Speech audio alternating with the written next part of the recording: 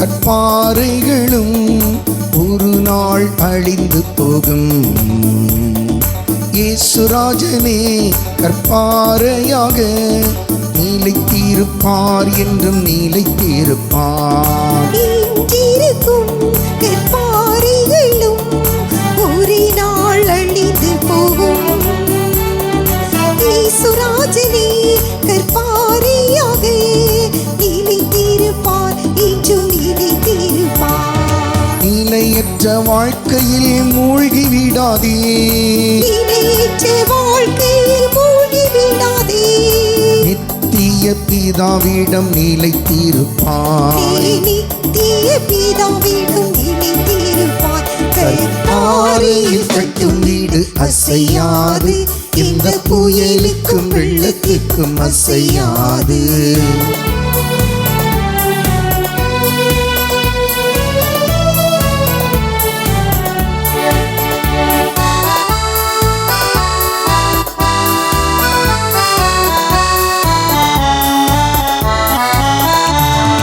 இன்றிருக்கும் பேரரசுகளும் ஒரு நாள் மறைந்து போகும். இயேசுராஜனின் அரசேதான் நிலைத்திருக்கும், என்றும் நிலைத்திருக்கும்.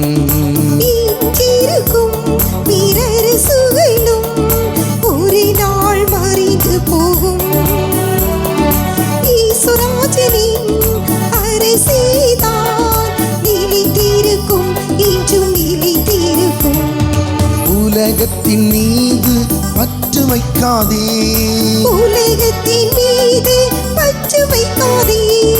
உன்னத ராஜனிடம் நிலைத்திருப்பாய், நீ உன்னத ராஜனிடம் நிலைத்திருப்பாய். கற்பாறையில் கட்டும் வீடு அசையாது, இந்த புயலுக்கும் வெள்ளத்திற்கும் அசையாது.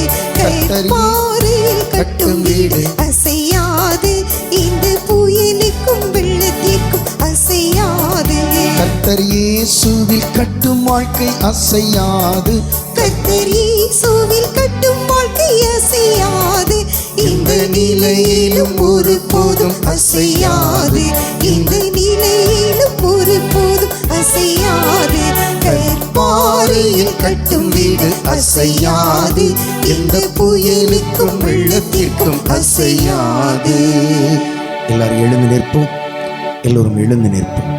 கண்களை மூடிக்கொள்ளும், கரங்களை கும்பிட்டு ஆண்டவரை நோக்கி பார்ப்போம். அன்பானவர்களே, இதோ இந்த வேளைக்காக நாம் நன்றி செலுத்தும்.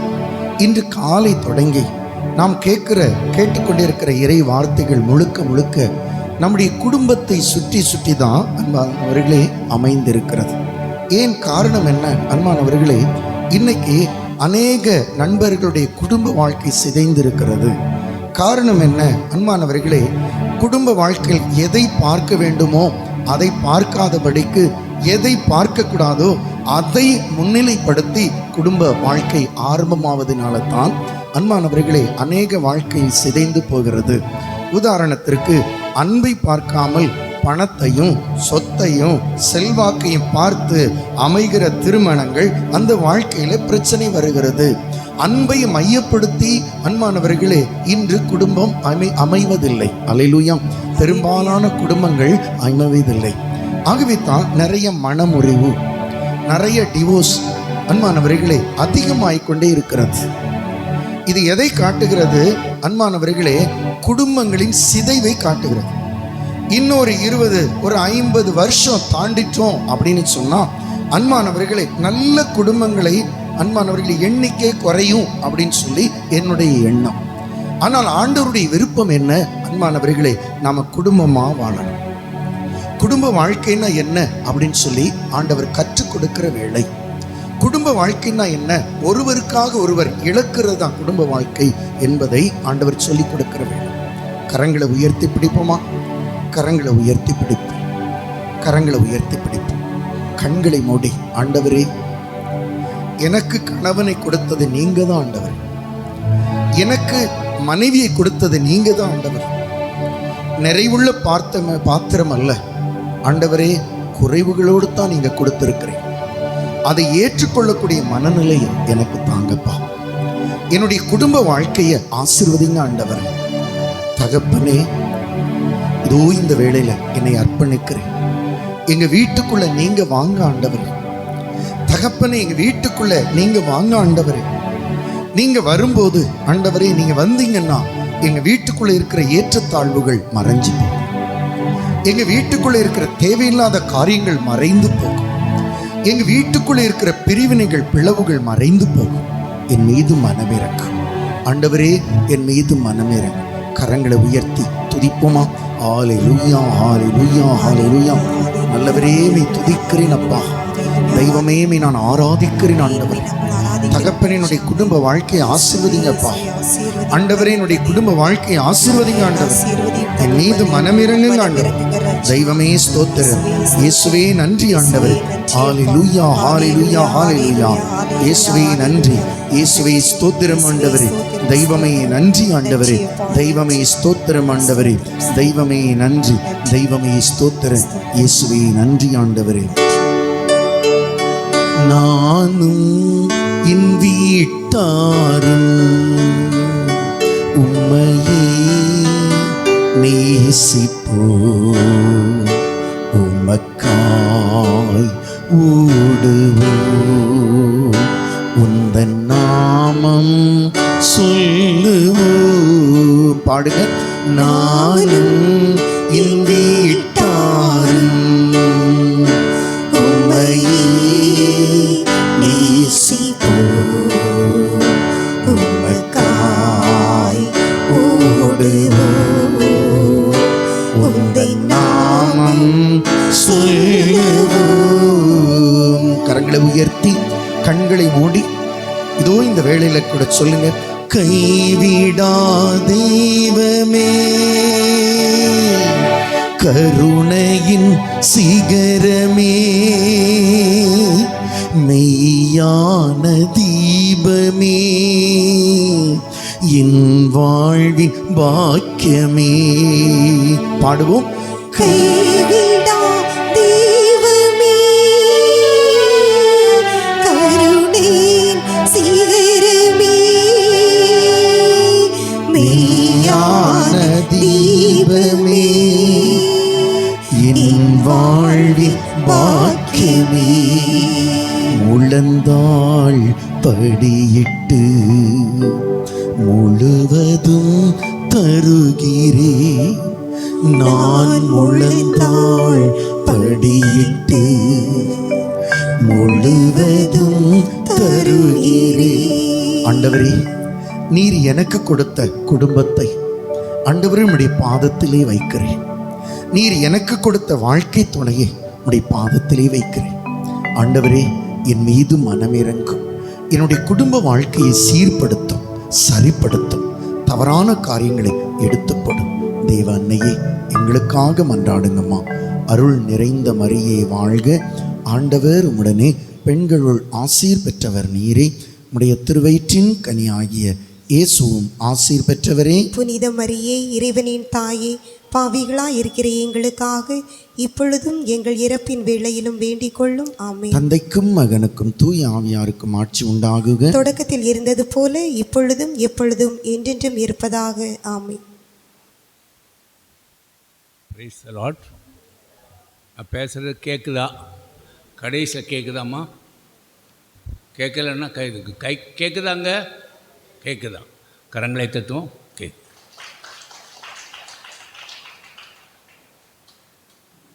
அப்படியே ஒரு நிமிடம் எல்லாரும் கண்களை மூடும். இந்த நாளிலே நம்முடைய குடும்ப வாழ்வை பற்றியே பார்த்து வருகிறோம். குடும்பம் ஆசீர்வதிக்கப்பட்டால் மாத்திரமே அந்த குடும்பத்திலே மகிழ்ச்சி, சந்தோஷம், சமாதானம், செல்வ செழிப்பு அந்த குடும்பத்திலே இருக்கும்.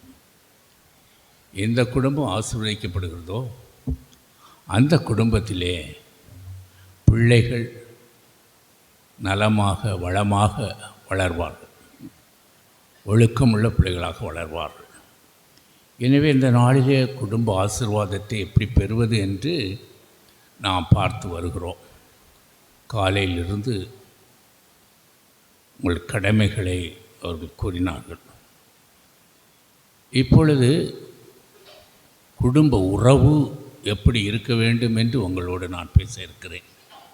எனவே ஒரு நிமிடம் கண்களை மூடி நம்முடைய குடும்பத்திலே ஒரு நல்ல உறவு, அன்னை மரியாள்,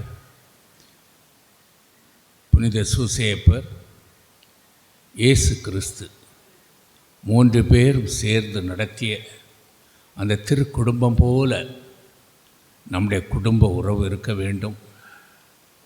மற்றவர்களுக்கு ஒரு எடுத்துக்காட்டான குடும்பமாக இருக்க ஆண்டவரிடம் அவர் கொடுக்கிற செய்தி வழியாக உங்கள் உள்ளத்திலே ஒரு மாற்றத்தை அவர் கொடுக்கும்படியாகவும் ஒரு புதிய குடும்ப வாழ்க்கையை கட்டி எழுப்ப ஆண்டவர் இந்த நேரத்திலே நம்மளோடு பேச, உறவில் இருக்கிற உறவிலே முறிவு இருந்தால் அதை சரி செய்து இந்த நாளிலே அவர் கொடுக்கிற இறை வார்த்தையின் வழியாக நாம் நல்ல ஒரு குடும்பம், பல்கலைக்கழகம் என்று சொல்வார்கள், நல்ல ஒரு குடும்பம் கடவுள் வாழும் கோயில் என்று கூறுவார்கள், நல்ல ஒரு குடும்பம் சமுதாயத்தின் அடித்தளம்.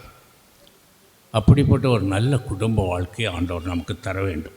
கண்களை மூடி ஒரு நிமிடம் ஜெபிப்போம். நன்றி ஆண்டவரே, இந்த அருமையான நாளைக்காக நன்றி செலுத்துகிறேன். தகப்பனே, இந்த நாட்களிலே எங்களை அழைத்து உங்களுடைய இறை வார்த்தையை கொடுத்து எங்கள் தனிப்பட்ட வாழ்க்கை பற்றியும் எங்கள் குடும்ப வாழ்க்கை எவ்விதமாக கட்டி எழுப்ப வேண்டும் என்றும் நீர் எங்களோடு பேசி வருகிறீர்.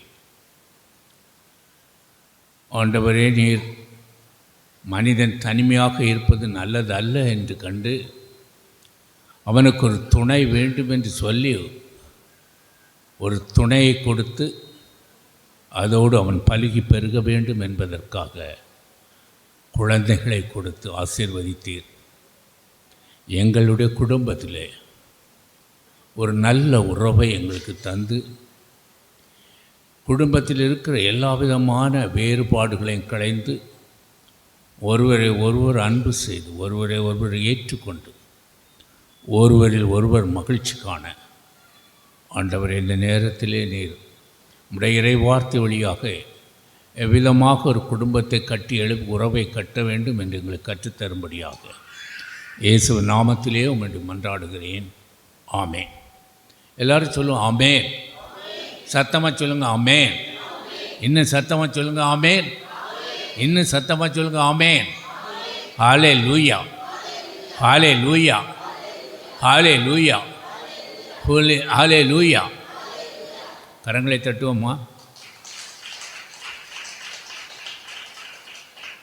அருமையானவர்களே, இது 4வது நாள். இப்போ நீங்கள் பரிசுத்த ஆவிக்குள் நிரம்புகிற நேரம். உற்சாகமாக இருக்கணும். எப்படி இருக்கணும்? உற்சாகமாக இருக்கணும். எனவே காலையிலிருந்து பிரதர் உங்களுக்கு குடும்ப வாழ்க்கை என்றால் என்ன என்று உங்களுக்கு சொல்லி கொடுத்திருப்பார்கள். எனக்கு கொடுக்கப்பட்டிருக்கிற பொருள் குடும்ப உறவு, ஒரு கணவன் மனைவி உறவு எப்படி இருக்க வேண்டும் என்று இந்த நேரத்திலே நான் உங்களோடு பேச இருக்கிறேன். ஆண்டவர் படைத்த படைப்புகளிலெல்லாம் மிக உயர்வான படைப்பு மனிதர் தான். மனிதனை மட்டும் அவர் சாயலும் பாவனையுமாக படைத்தார். எப்படி படைத்தார்? அவர் மனிதனை படைத்து அவர் சாயலும் பாவனையுமாக படைத்தார். அவரை போல நீங்கள் பார்த்துக்கிட்டு உங்கள் ஒய்ஃபு முகத்தை பாருங்கள். நீங்கள் பாருங்கள், உங்கள் ஒய்ஃப் முகத்தை பாருங்கள். கடவுள் தெரிகிறாரா? தெரியல, தெரியணும். நீங்கள் கணவர் முகத்தை பாருங்கள், தெரிகிறாரா? கடவுள் எப்படி இல்லையா? கடவுள் எப்படியோ அதே மாதிரி தான் நம்மளே மற்றவர்கள் கடவுள் சாயலை காண வேண்டும். அப்படி காண வேண்டும் என்றால் நம்முடைய உள்ளம் கடவுளை போல பரிசுத்தமாக இருக்கும்போது உள் ஒளி வெளியே பிரகாசத்தை கொடுக்கும். மற்றவர்கள் நம்மை பார்க்கும்போது ஆண்டவரை பிரதிபலிக்கும். அதுபோல் உங்கள் குடும்பம் ஆண்டவர் குடும்பத்து மனிதன் என்ன செய்தார்? தன் சாயலும் பாவனையும் படைத்தார், மிருகத்தை படைத்தார், அதை காட்டில் விட்டார். மீனை படைத்தார், எங்கே விட்டார்? தண்ணீரில் விட்டார். பறவையை படைத்து எங்கே விட்டார்? ஆகாயத்தில் விட்டார் இல்லையா? இப்படி ஒவ்வொன்றையும் ஒரு இடத்திலே படைத்து விட்டு இறுதியாக எல்லாம் பார்ப்பதற்கு நன்றாக இருக்கிறது என்று கண்டார். எல்லாம் பார்ப்பதற்கு அழகாக இருக்கிறது. தன்னுடைய படைப்பு பூர்வம் பார்த்த கடவுள் இதை ஆண்டு அனுபவிக்க வேண்டும். நான் படைத்த படைப்பில் இருக்கிற சகல சம்பத்துக்களை ஆண்டு அனுபவிக்க வேண்டும் என்பதற்காகத்தான் அவர் என்ன செய்தார்? மனிதனை மற்ற எல்லாவற்றையும் வார்த்தையால் படைத்தார். மனிதனை மாத்திரம் என்ன செய்தார்? என்ன செய்தார்? சொல்லியிருப்பாங்க இல்லையா? எதனால் படைத்தார்? மனிதனை எதால் படைத்தார்? களிமண்ணால். களிமண் பேசுமா? பேசாது. எனவே தன்னுடைய உயிர் மூச்சை அந்த களிமண்ணுக்கு அவர் கொடுத்தார். தன்னுடைய உயிர் மூச்சை அந்த களிமண்ணுக்கு கொடுத்து அதை ஒரு மனிதனாக அவர் படைத்தார். படைத்த இந்த மனிதனை மாத்திரம் அவர் பார்த்தார், அழகாக இருக்கிறான் நம்ம பையன். எப்படி? ரொம்ப அழகாக இருக்கான். அப்போ இவனை எப்படி காற்றில் விட முடியாது, தண்ணிக்குள் தள்ள முடியாது. ஒரு அழகான தோட்டத்தை உருவாக்கினார். அந்த தோட்டத்துக்கு பேர் தான் ஷராம். என்ன அந்த தோட்டத்துக்கு பேர் என்ன? ஏதென்ஸ் தோட்டம். கேள்விப்பட்டிருப்பீங்க இல்லையா? ஏதென்ஸ் தோட்டத்தை அவனுக்காக உருவாக்கினார். தன்னுடைய மகன் எப்பொழுதும் மகிழ்ச்சியாக இருக்க வேண்டும், எப்பொழுதும் சந்தோஷமாக இருக்க வேண்டும், அவனில் எல்லாமே அனுபவிக்கணும், அவனுக்கு எது குறை இருக்கக்கூடாது என்பதற்காக அந்த ஏதென்ஸ் தோட்டத்தை அவ்வளோ அழகாக உருவாக்கினார். உருவாக்கி அந்த மகனை அங்கே விடுகிறார். ஒவ்வொரு நாளும் அந்த மகனோடு போய் அவர் பேசுவார். ஒவ்வொரு நாளும் மாலை ஆனதும் மகனை தேடி போவார், அவன்கிட்ட பேசுவார். அவர் பேசும்போது அந்த மகன் அதற்கு அவர் பேசுவதற்கு பதிலே கொடுப்பதில்லை. அவர் எதை கேட்டாலும் அப்படி சொல்லிட்டு இருந்தான். அப்போ இப்போ பார்க்குறாரு ஆண்டவர், என்னடா என்ன கேட்டாலும் அம்முன்றான், நான் இவ்வளோ அழகாக படைச்சவனுக்கு எல்லா சம்பத்து வச்சுருக்கேன், அப்படின்னா இவனிலே ஏதோ ஒரு குறை இருக்குது. அப்படி அவர் அந்த குறையை நிறைவு செய்வதற்காக அவனுக்கு பிரியமான ஏதாவது ஒன்றை அவனுக்கு துணையாக கொடுக்கணும், அவனோட பேசணும், நடக்கணும், துணையாக அவர் கொடுக்கணும்னு சொல்லி தான் அவர் படைத்த படைப்புகளையெல்லாம் அவன் கண்முன்னே கொண்டு வருவார். தூக்குநூல் 2:18 அவர் படைத்த படைப்புகளெல்லாம் கண்முன்னே கொண்டு வந்து சொல்லுவார், இதற்கு நீ பேரிடு, இதற்கு பேரிட்டு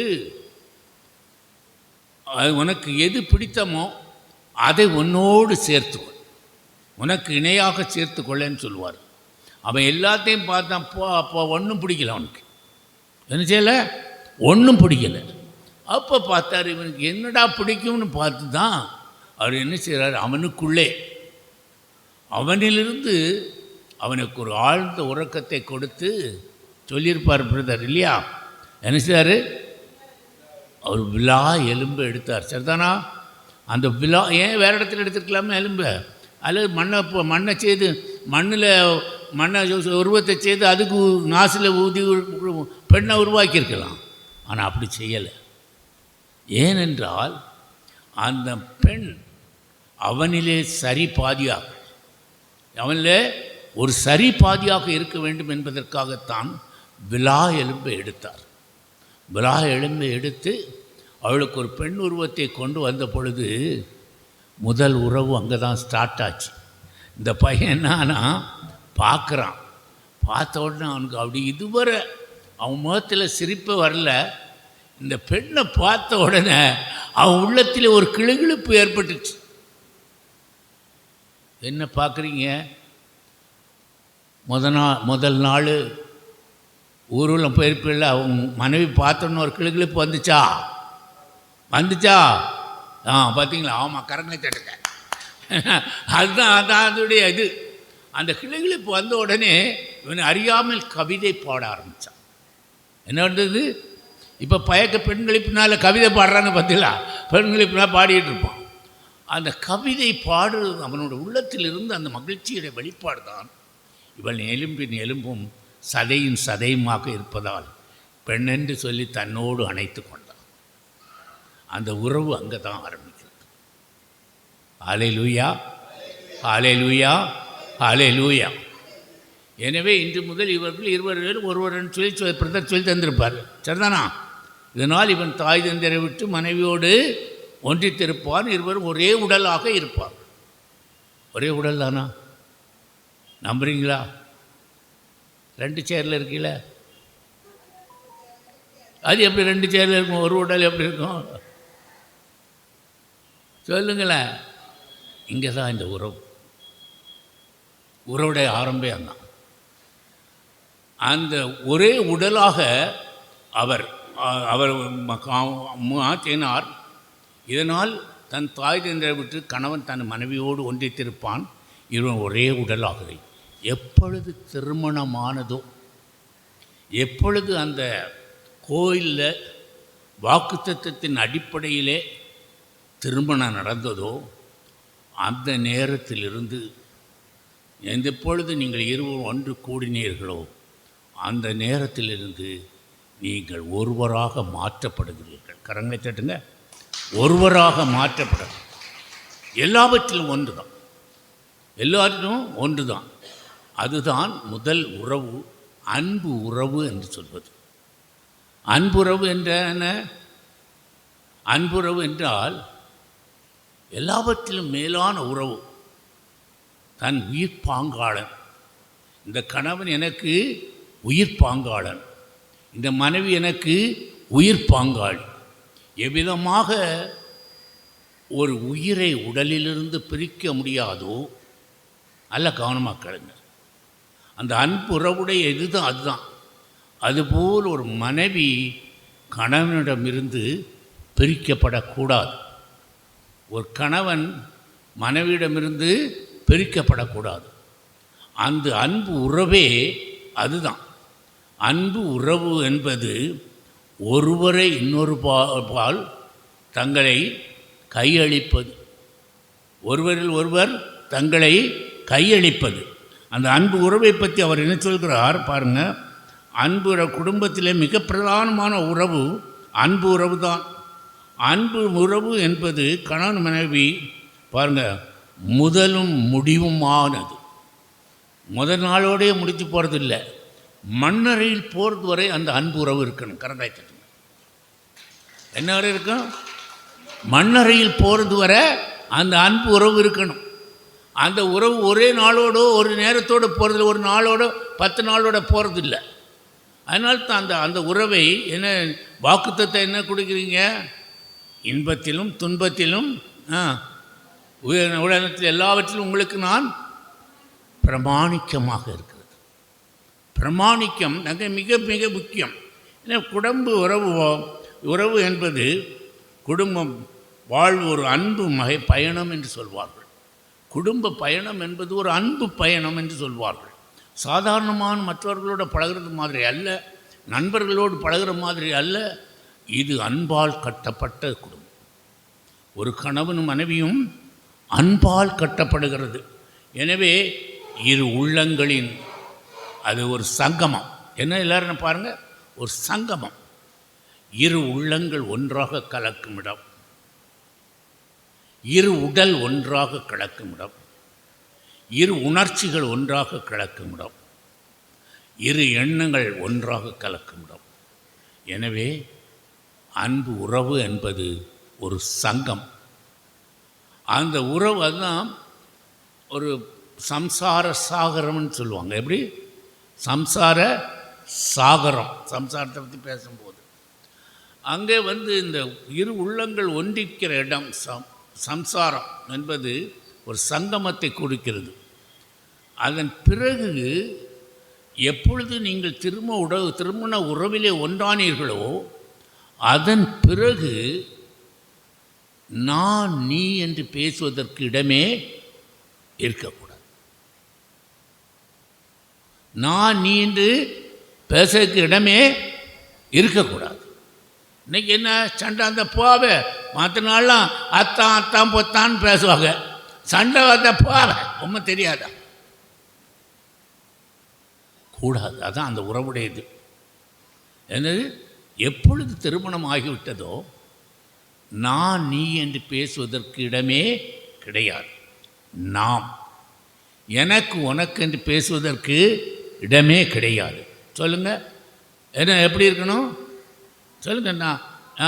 நமக்கு எதை எடுத்தாலும் உனக்கு எனக்கு என்று பேசுவதற்கு இடம் கிடையாது. நமக்கென்று சொல்ல வேண்டும். எனவே எந்த காரியத்திலும் ரெண்டு பேரும் ஒன்று சேர்ந்து இணைந்து செயல்படுவது தான் குடும்ப வாழ்க்கை. ஒரு பாருங்க, அப்படி இல்லைன்னா என்ன, ஒரு ஆள் வடக்கையும் ஒரு ஆள் தெற்கையும் இழுத்துட்டு போச்சுன்னா என்ன ஆகும்? ஏதாவது நடக்குமா? நடக்காது. எனவே தான் இரு மனங்கள் ஒன்று சேர்க்கிற இடம், இரு உள்ளம் ஒன்று சேர்க்கிற இடம், ரெண்டு உடல்கள் ஒன்றாகும் இடம், இரு உறவுகள் ஒன்றாகிற இடம். அது சங்கமம் என்று சொல்வார். அப்படிப்பட்ட ஒன்றாக ரெண்டை என்னது? ஒன்று ப்ளஸ் ஒன்று இல்லை. எப்படி? ஒன்று கூட்டல் ஒன்றுன்னா எப்படி இருக்கும்? அது எத்தனை? ஒன்று கூட்டல் ஒன்று ரெண்டு, சரிதானா? ஆனால் இது அப்படி இல்லை. ரெண்டு பெருக்கல் ஒன்று பெருக்கல் ஒன்று, இணை பிரியாத பந்தம். இது மறக்கவே கூடாது. இது இணை பிரியாத பந்தம். எங்கே இதை நாம் பார்க்க முடியும் என்றால், அந்த உறவுடைய அந்த தன்மையை ஒரு கணவன் நோய்வாய்ப்படும் போதோ அல்லது மனைவி நோய்வாய்ப்படும் போதோ அப்பொழுது தான் அந்த அன்புடைய இது தெரியும். எவ்விதமாக ஒரு கணவன் மேல் அந்த மனைவி அக்கறை கொள்கிறாள், எவ்விதமாக ஒரு மனைவி மேல் அந்த கணவன் அக்கறை கொள்கிறானோ அதை வைத்து அந்த அன்பு உறவு வெளிப்படும். எப்பொழுது கணவன் ஒரு கஷ்டத்தில் இருக்கிறானோ அல்லது மனைவி ஒரு துன்பத்தில் இருக்கிறாளோ அந்த நேரத்தில் இந்த அன்பு உறவு தான் ஒருத்தரை ஒருத்தர் தாங்கும். இந்த அன்பு உறவு இல்லை என்றால் அவர் வந்தார், அவர் இருப்பார், சாப்பிடுவார், போனார் அப்படின்னு நினச்சி சில குடும்பங்கள் அப்படி நடக்கிறது. பாருங்க, இந்த அன்பு உறவு இல்லை என்றால் நினச்சிடுறாங்க. ஒரு குடும்பத்தில் அவர் வந்து குடிகாரர். வீட்டுக்கு வந்தால் பாட்டிலோடு தான் வருவார், குடிப்பார். வந்து போட்டு அடின்னு அடிப்பார் மனைவி. 3 வருஷமாக அவர் அங்கே வார அண்ணன் அவர் பார்க்கவே மாட்டார். சாப்பாடை வச்சுட்டு போய் படுத்துருவார். அவர் ஒரு கோப்பையிலே என் குடியிருப்பு என் கோலமயில் பாடிக்கிட்டே வருவார். சாத்தம் பாசம் படுத்துருவார். அங்கே சாப்பாடு இருக்கும், அதை எடுத்து சாப்பிட்டுட்டு அவர் படுத்துருவார். அவர் ஒரு ஃபிட்டர். இப்படி இவர்களுக்குள்ள வாழ்க்கை அப்படி இருந்தது. அப்பொழுது அந்த சகோதரி போய் அங்கேருந்து பங்குசாமிகிட்ட சொன்னால், சாமி ஃபாதர் என்ற கணவன் வந்து, இது வெளிநாட்டில் நடந்த கதை, கணவன் வந்து குடிச்சிட்டு வந்து என்னை போட்டு அடிக்கிறான். இவங்க கூட நான் வாழ முடியாது ஃபாதர். நீங்கள் தானே எனக்கு இந்த தாலி கட்டி வச்சிய, இந்த தாலியை அறுத்து எனக்கு டைவர்ஸ் கொடுத்துருங்கன்னு. இப்போ ஃபாதர் சொன்னார், எல்லாம் கவனமாக கேளுங்க. ஃபாதர் சொன்னார், என்னம்மா அவங்ககிட்ட ஒரு நல்ல காரியம் கூட இல்லையா? நீ அவன் ஒரு நல்ல காரியம் ஒன்று கூட அவன்கிட்ட இல்லையான்னு கேட்டார். அப்போ அவர் அதெல்லாம் இல்லை, நான் 1 வாரம் தாரேன், நீ போய் அவன் செயல்களில் ஏதாவது நல்லது இருந்தால் அவனை கொஞ்சம் புகழ்ந்து பேசிப்பார். அப்படி புகழ்ந்து பேசி பார்த்தேன்னா நான் அவங்ககிட்ட பேசவே மாட்டேன், மூஞ்சே கொடுக்க மாட்டேன்னா, அப்படின்னா எப்படி அவங்க சரியாக முடியும்? நீ பேசிப்பாருன்னு சொன்னோன்னே இவன் வந்தார். இன்றைக்கும் 9 மணிக்கு குடியில் தான் வந்தார். இந்த அம்மா இன்றைக்கி அவரை என்ன செய்கிறாங்க, பார்த்து வாங்க சாப்பாடு அங்கே இருக்குது. இவர் எட்டி பார்த்தார், நம்ம பொண்டாட்டி தானா இல்லை வேறு எங்கேயா வந்துட்டோமா வீடு தவறின்னு எட்டி பார்க்க. இந்த அம்மா சாப்பாடு கொடுத்து படுத்துச்சு. இப்போ அடுத்த நாள் அங்கே போய் குடிக்க போனவர் அவரால் குடிக்க முடியலை. நம்ம பொண்டாட்டி நம்மளை வரவேற்றால 8 மணிக்கே குடி பாதியாக்கி ஃப்ரெண்டுகிட்ட சொன்னால் என் ஒய்ஃபு என்னை வரவேற்றாடா, நான் இப்போ உடனே போகணும், அதிகம் குடிக்க மாட்டேன். வீட்டுக்கு வந்த உடனே அந்த அம்மா சொல்லிச்சு, அந்த அம்மா அதே மாதிரி பார்த்தோன்னே சாப்பாடு கொடுத்தோன்னு சொல்லிச்சு, உங்களை பற்றி பக்கத்து வீட்டுக்காரி சொன்னால் அவர் நீங்கள் நல்ல அவங்களுக்கு உதவி செய்யலாமே, உங்களை பற்றி புகழ்ந்து பேசுனா. இவர் அப்படி இப்போ பார்க்குற மனைவி 2வது. இப்போ பார்த்தோன்னு சொன்னால், ஐயா டார்லிங் அப்போ கொஞ்சம் பேச ஆரம்பித்தார். எனக்கு ஒரு படம் நீங்கள் வரைஞ்சி தரணும். படத்தை கொடுத்தா, இந்த படத்தை எனக்கு வரைஞ்சி நீங்கள் தரணும் அப்படின்னு சொன்னோடனே அவர் என்ன செய்தார், கொடுத்துட்டுவே படுத்துட்டா. ராத்திரி முழுதும் தூங்காமல் அந்த படத்தை வரைஞ்சி காலையில் மனைவி எழுந்தோடனே, அம்மா அவங்க டார்லிங் பாரு நான் வரைஞ்சி வச்சுட்டேன். இதை பார்த்தா அவளுக்கு ஒரே சந்தோஷம், நமக்காக நம்ம கணவன் இந்த படத்தை வரைஞ்சி இவ்வளோ அழகாக முழிச்சிருந்துச்சே இருக்கானே அப்படின்னு சொன்னோடனே அவர் போயிடுறார். போன உடனே இப்போ அங்கே வேலைக்கு போனவருக்கு வேலை ஓடலை. நம்ம மனைவி இவ்வளோ அன்பாக இருக்கா நம்மகிட்ட, அவளோட 3 வருஷத்தை வேஸ்ட் ஆக்கிட்டோமே அப்படின்னு வந்தோடனே அவர் ஃபோன் பண்ணார். என்ன ஃபோன் பண்ணார், டார்லிங். ஃபோன் எடுத்த, ஹலோ டார்லிங், என்னான்னு கேட்டால், டார்லிங் ஐ ஆம் கம்மிங் 6 o'clock, நான் இன்றைக்கி 6 மணிக்கு வீட்டுக்கு வரேன், நீ ரெடியாக இரு. ஏன், நம்ம 2 பேரும் சினிமாவை போக போகிறோம். எங்கே, நான் டிக்கெட் ரிசர்வ் பண்ணி 2 பேரும் சினிமா பார்க்க போகிறோம். 2 பேரும் பாருங்கள், உடனே அவர் சினிமாவை கூப்பிட்டு போயிட்டு சினிமா பார்த்துட்டு வந்தோடனே சொன்னார், நான் 1 வாரம் லீவ் போட போகிறேன், 1 வாரம் ஆஃபீஸுக்கு போக போகிறதில்ல, ஒன்றை கூட்டிகிட்டு ஒரு இடத்துக்குள்ள பிக்னிக் போகிறோம் 2 பேரும். ஆங்கிலிங், அதாவது தூண்டில் வள்ளத்தில் போய் மீன் பிடிக்கிற அங்கே ஹாபி உண்டு, நம்ம 2 பேரும் அதுக்கு போவோம் அப்படின்னு சொல்லிட்டு அவளை கூட்டிகிட்டு அடுத்த நாள் 1 வாரம் லீவ் போட்டுட்டு போனார். போயிட்டு திருப்பி வந்த உடனே இது 1 வாரம் கழித்த பிறகு இந்த அம்மா பழையபடி ஃபாதரை பார்த்துச்சு. எதை, ஃபாதரை பார்க்க போச்சு. ஃபாதர் சொன்னார், எப்படிம்மா, யூ வாண்ட் டைவர்ஸ், எப்படி இன்னும் உனக்கு டைவர்ஸ் பண்ணணுமா? வேண்டாம் ஃபாதர், வேண்டாம் father, he is loving so much. எப்படி, he is loving so much, என்ன அவ்வளவு அன்பு செய்கிறார். இதுதான் உறவு. அப்படியே தள்ளி விட்டுட்டிங்கன்னா, குடிகாரன் தள்ளி விட்டு அவன் அப்படி தான் இருப்பான். எனவே இந்த எது அதை கொண்டு வருகிறது என்றால் அந்த அன்பு உறவு. உறவு என்பது அதுதான். அந்த அன்பு உறவுக்கு ஒரு அடுத்தது உடல் உறவு. அன்பு உறவு சங்கமமாவது உடல் உறவிலே. எனவே உடல் உறவு மிக முக்கியம் குடும்ப வாழ்க்கையில். உடல் உறவு அவர் என்ன சொல்கிறார், 1 கொரிந்தியர் 7 சொல்வார். 1 கொரிந்தியர் 7 படியுமா, 7 3வது வசனம் படி, 3-4 படி. 1 கொரிந்தியர் 7 3-4 படித்தீங்கன்னா அங்கே என்ன சொல்கிறார் பாருங்கள்.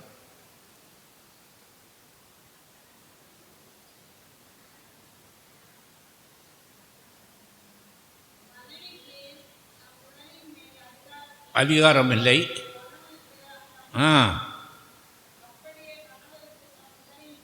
அதிகாரம் இல்லை.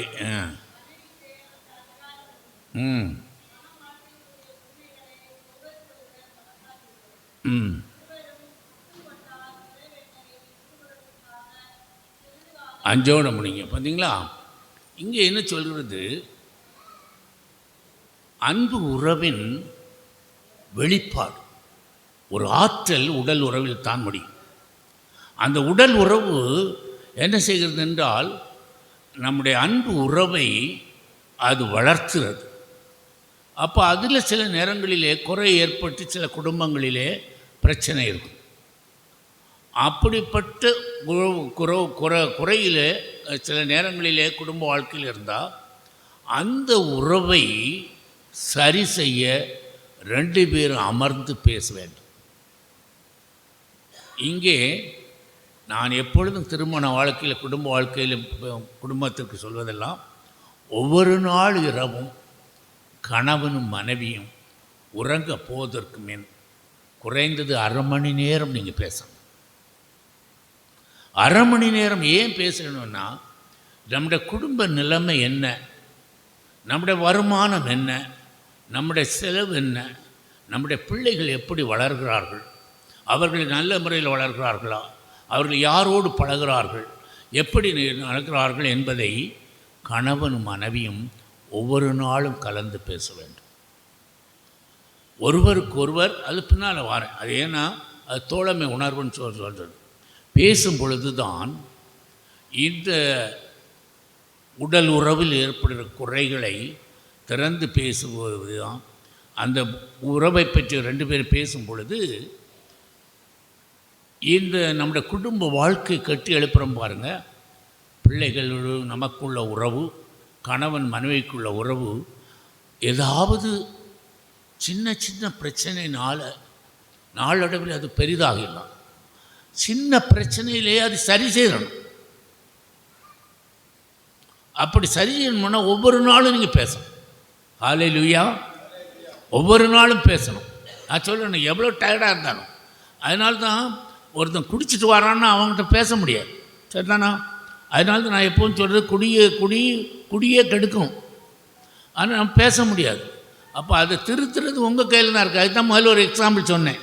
அந்த அன்பு உறவு ஒரு கணவனை நாம் திருப்ப முடியும். இங்கே உடல் உறவு என்ன செய்கிறாங்கன்னா, ஒருவருக்கொருவர் மறுக்காதீர்கள் என்று சொல்வார்.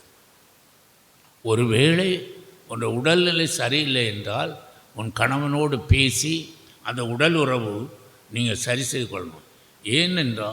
எதனால் என்றால் உடல் உறவு தான் ஆற்றலை கொடுப்பது. இந்த உடல் உறவு தான் குழந்தைகளை பெற்றெடுக்க வைப்பது. எனவே அதற்கு ரெண்டு பேரும் மகிழ்ச்சியான உள்ளத்தோடு அந்த உடல் உறவை இருக்கும்போது தான் குழந்தைகள் பிறக்குவது, ஒரு ஆற்றலோடு செயல்படுவது. அது கணவனுக்கு மனைவிக்கும் உடலிலே ஒரு ஆற்றலை கொடுக்கிறது. எனவே உடல் உறவு திருமண பந்தத்திலே மிக முக்கியமானது. எனவே கணவன் மனைவி பாருங்கள், மன வாழ்க்கைக்குரிய உரிமைகளை மறுக்காதீர்கள் என்று சொல்வார். அதில் பாருங்கள், அதில் என்ன சொல்கிறார் அப்படின்னு சொல்லியிருக்காரு, 7:5 பாருங்கள். அதில் 1 கொரிந்தியர் 7:5 படித்து பாருங்கள். அந்த உறவை நீங்கள் மறுக்காதீர்கள் என்று சொல்வார். எனவே அப்படி ஒரு உடல் ரீதியாக ஏதாவது பிரச்சனை இருந்தால் அதை பேசி நீங்கள் மாற்றிக்கொள்ளலாம். ஆனால் அது ஒரு குறையாக எடுத்துக்கொள்ளக்கூடாது. இப்படி குறை இருந்தால் ரெண்டு பேரும் டாக்டர் பார்க்கணுன்னா டாக்டர் பார்க்கலாம். நீங்கள் ரெண்டு பேரும் பேசி தீர்க்கணும், தீர்த்து அந்த உடல் உறவை நீங்கள் சரி செய்து கொள்ள வேண்டும். மூன்றாவதாக, இந்த அன்பு உறவு, உடல் உறவு காதல் உறவாக மாற வேண்டும். உங்களுக்கு ஆச்சரியமாக இருக்கும். திருமணத்துக்கு பிறகு தான் காதலிக்கும். ஏனென்றால் காதல் உறவு என்பது புற தோற்றத்திலே வருவது. ஒருத்தருடைய அழகிலேயோ, ஒருத்தருடைய நடையிலேயோ, ஒரு பேச்சிலேயோ புற தோற்றத்தில் வருவது தான் காதல் உறவு. அப்போ திருமணத்திற்கு முன்ன காதல் உறவு வருகிறது என்றால் பிற தோற்றத்திலே அவனுடைய ஏதாவது ஒரு இதில் கவர்ச்சியாகி அதை அவனை காதலிக்கிறார். அந்த காதல் உறவு திருமணமான உடனே சங்கமமாயிரும். அங்கே ஒரு முடிவு வந்துடும். அதன் பிறகு அந்த உறவு குறைகளை காண ஆரம்பிக்கும். ஆனால் திருமணமான பின்பு காதல் உறவு அது என்ன செய்யும் என்றால், எந்த நிலையில் நம்முடைய கணவன் இருக்கிறானோ அந்த நிலையிலே அந்த கணவனை அன்பு செய்வது, காதலிப்பது. எந்த நிலையில் நம்ம மனைவி இருக்கிறாளோ அந்த நிலையில் அவளை நாம் காதலிக்க வேண்டும். உதாரணமாக நேற்று நான் உங்களுக்கு சொன்னேன், விஜயை போல ஒரு அழகான கணவனை எதிர்பார்த்துருக்கலாம். ஆனால் அவங்க அப்பா இன்னொருத்தன் வெளிநாட்டிலேருந்து பெரிய சூட்கேஸோட பெரிய பணத்துக்காரனாக வந்திருப்பான். ஒரு வடிவேல் மாதிரி இருப்பான். நீங்கள் விஜயை மனசில் வச்சுருந்தா இந்த வடிவேல் அப்பா கட்ட சொல்வார், நீங்கள் கட்டித்தான் ஆகணும். அப்போ உங்களுக்கு உள்ளத்திலே ஒரு ஏமாற்றம் வரும், அவரை காதலிக்க முடியும். அதனால தான் எப்போ நான் வாலிப பிள்ளைகள்லாம் சொல்கிறேன், திருமணம் ஆக்கும்னு யாரையும் உங்கள் உள்ளத்தில் வைக்காது. வைத்தால் அது நாளடைவில் அது உங்களுக்கு நிறைய காதல் திருமணம் ஃபெயிலியர் ஆவதற்கு அதுதான் காரணம். எனவே எந்த நிலையில் ஆண்டவர் முன்னிலையிலே எந்த கணவனை ஏற்றுக்கொள்கிறீர்களோ அவர்தான் உலகத்திலே உங்களுக்கு அழகியராக தெரிய வேண்டும். அவன்தான் மன்மதன். அவள்தான் உங்களுக்கு அழகியாக தெரிய வேண்டும். அவளுக்கு மேலே அவள் கருப்போ சிவப்போ வெள்ளையோ கட்டையோ நட்டே அதல்ல. எப்பொழுது திருமணத்திலே ஒன்றுபட்டு விட்டீர்களோ அந்த நேரத்திலிருந்து அந்த மனைவிதான் உலகத்திலே மிக அழகாக ஒரு கணவன் கண்ணுக்கு தெரிய வேண்டும். அந்த கணவன் தான் அவளுக்கு மிக அழகாக தெரிய வேண்டும். மற்ற எல்லாரும் யார் என்றாலும் அவர்களுக்கு அந்த இது கிடையாது. எனவே அந்த நிலையிலே ஒரு கணவன் மனைவி உறவை, காதல் உறவை வளர்த்து கொள்ள வேண்டும். அப்படி வளர்த்து கொள்ளும் பொழுது அங்கே குறைகள் கூறுதல் வராது. அந்த காதல் உறவு எப்படி வரும்னா, அதுதான் நான் சொல்கிறேன். ஒருத்தருக்கு வியாதி வரும் பொழுது, நம்முடைய கணவனுக்கு ஒரு வியாதி வருதுன்னா காதலிக்கிற பெண் என்ன செய்வான்னா, உட்கார்ந்து கூட இருந்து அவனை பாதுகாத்து பராமரித்து சரி செய்வாள். நம்ம மனைவி ஒருவளை நிரந்தர நோயாளியாக இருக்கலாம், அப்பொழுதும் அவளை காதலிக்கிற கணவன் கடைசி வரை அவளை பாதுகாப்பான். அங்கேதான் அந்த காதல் உறவுடைய ஆழத்தை பார்க்கலாம். அதுபோல் எது என் கணவனுக்கு பிடிக்கும், நான் எப்படி சமைச்சா எந்த சாப்பாடு அவருக்கு பிடிக்கும், அல்லது நான் எப்படி உடுத்தினா அவருக்கு பிடிக்கும், அதை நீங்கள் அறிந்து அதன்படி நீங்கள் நடக்கிறது. எந்த மனைவிக்கு எது பிடிக்கும், எது பிடித்தால் நான் எப்படி வந்தால் அவளுக்கு பிடிக்கும் என்ற செயல்பாடுகள் எது பிடிக்கிறது என்று அறிந்து அதன்படி நீங்கள் நடக்கும் பொழுது ஒருவரை ஒருவர் காதல் உறவிலே வளர்ச்சியை காண்பீர்கள். இல்லைன்னா ஆரம்பத்தில் மனைவி பியூட்டியாக இருப்பாள், ஒரு பிள்ளை பிறந்தோடனே அவள் பாட்டியாயிருப்பாள். கல்யாணம் முடிஞ்சோடனே முதல்ல வந்துடுவாங்க. ஒரு குழந்தை பிறந்து 2 குழந்தை பிறந்தோடனே வீட்டுக்கு வர்றதே குறைச்சிட்றான் செலவு. காரணம், அவன் அந்த மனைவியிடமிருந்து வைத்திருந்த அந்த பியூட்டியை அவன் காதுக்கு அவன் சில நேரங்களில் அதனால ரொம்ப லேசியாக வெளியே ஃப்ரெண்ட்ஸோடு பேசிக்கிட்டு வீட்டை பற்றி எல்லாம் கவலைப்படாமல் அவனுடைய நண்பர்களோடு பேசிட்டு வருவான், வீட்டை பற்றி கவலைப்பட மாட்டான். எனவே காதல் உறவு திருமண வாழ்க்கையிலே மிக முக்கியம். அந்த காதல் உறவு மண்ணறையில் போகிறது வர அது தொடரணும். 1-2 நாள் அல்ல, மண்ணறையில் போகிறது வர இந்த காதல் உறவு வளர்ந்து கொண்டே போக வேண்டும். அதுதான் சொன்னேன், ஒருத்தருக்கு சுகமில்லாத நேரத்தில் அல்லது ஒருத்தர் கஷ்டத்தில் இருக்கும்போது தான் அந்த காதல் உறவு வெளிப்படும். எவ்வளவு தூரத்துக்கு நீ அந்த மனைவியை அந்த கணவனை காதலிக்கிறியோ அவர்கள் துன்பத்தில் இருக்கும் பொழுது அது உன்னிடமிருந்து வெளிப்பாடு இருக்கும். சிலர் பாருங்கள், ஒரு கஷ்டம் வந்துட்டால் கணவனை விட்டுட்டு போயிடுறான், ஒரு நோய் வந்துட்டால் கணவனை பார்க்கறது இல்லை. அது அந்த திருமண உறவே இல்லை, காதல் உறவே இல்லை. எனவே எப்பொழுது காதல் உறவு அது குடும்ப வாழ்க்கை பரிமாணத்தை வளர்த்தும் என்று சொல்கிறார்கள். கரங்களை தட்டுங்க. ஹல்லேலூயா. துவக்க காலத்தில் எப்போவுமே உள்ளார்ந்த, அதுக்கு பேர் உள்ளார்ந்த உயிரார்ந்த காரியம். உள்ளாழத்திலே உயிராக காதலிப்பது, அதுதான் காதல் உறவுடைய ஒரு பரிமாணம். உயர்ந்த எல்லாவற்றிலும் மேலான ஒரு வளர்ச்சி காதல் உறவு. அந்த உள்ளார்ந்த ஈடுபாடு, அந்த உள்ளார்ந்த ஈடுபாடினால் அந்த காதல் பரிமாணம், நம்முடைய குடும்ப பரிமாணம் வளர்ச்சி அடையும். அருமையாக சொல்லேன், இந்த முதிர்ச்சி அடைந்து காலங்கள் ஆகலாம்.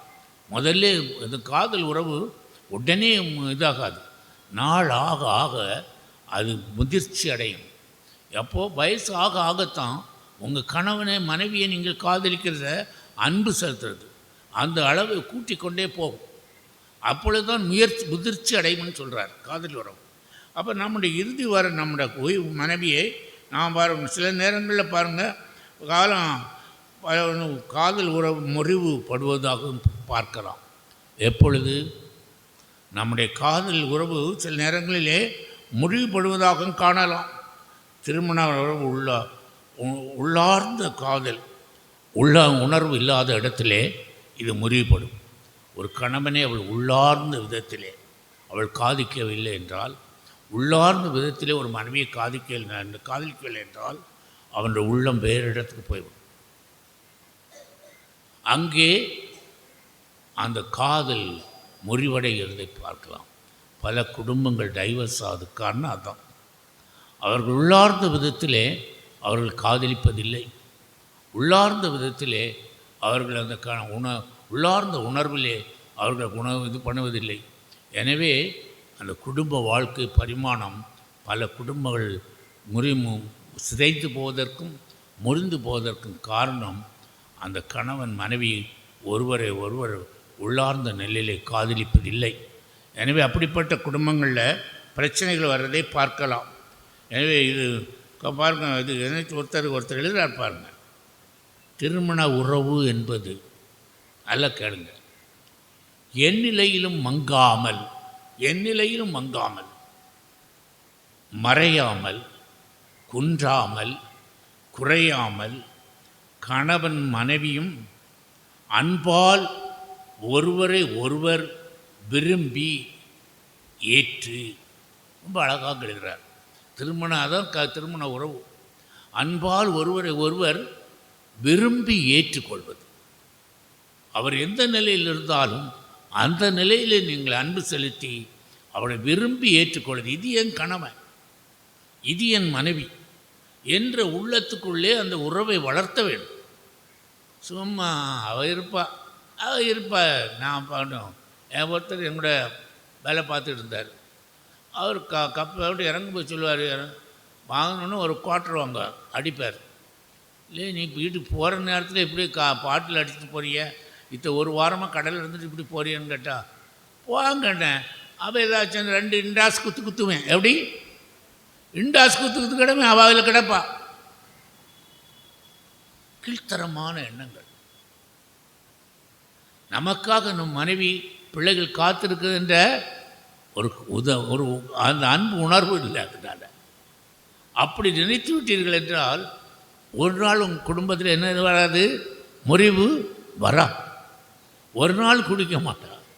இந்த மாதிரி அந்த உள்ளார்ந்து பாருங்கள், கணவன் மனைவியும் அன்பால் ஒருவரை ஒருவர் விரும்பி ஏற்று ஒருவரது நலனை தேடி. ஒரு மனைவி கணவனுடைய நலனை தேட வேண்டும். என் கணவன் எப்பொழுது நலமாக இருக்க வேண்டும், அவரை நலமாக வைத்து கொள்வதற்கு எதெல்லாம் வழி உண்டோ அதெல்லாம் நீங்கள் முயற்சி எடுக்க வேண்டும். ஒரு கணவன் தன் மனைவியை நலமாக வைப்பதற்கு எவ்வளோ முயற்சி எடுக்க முடியுமோ அந்த முயற்சி எடுத்து வாழ்நாளெல்லாம் அவள் வியாதிப்பட்டாலும் சரிதான், எதுப்பட்டாலும் அவளை சுகப்படுத்தி நலப்படுத்தி நம்முடைய வாழ்க்கையில், அதுதான் அந்த உறவுடைய முக்கியமான இது.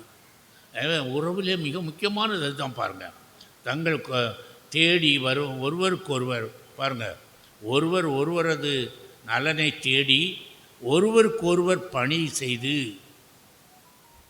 நான் கிடையாது, அதிகாரம் கிடையாது. என்ன செய்யக்கூடாது? குடும்பத்தில் கணவர்கள் தான் தலைவர்கள். ஆனால் அந்த அதிகாரம் அன்பிலே இருக்க வேண்டும்.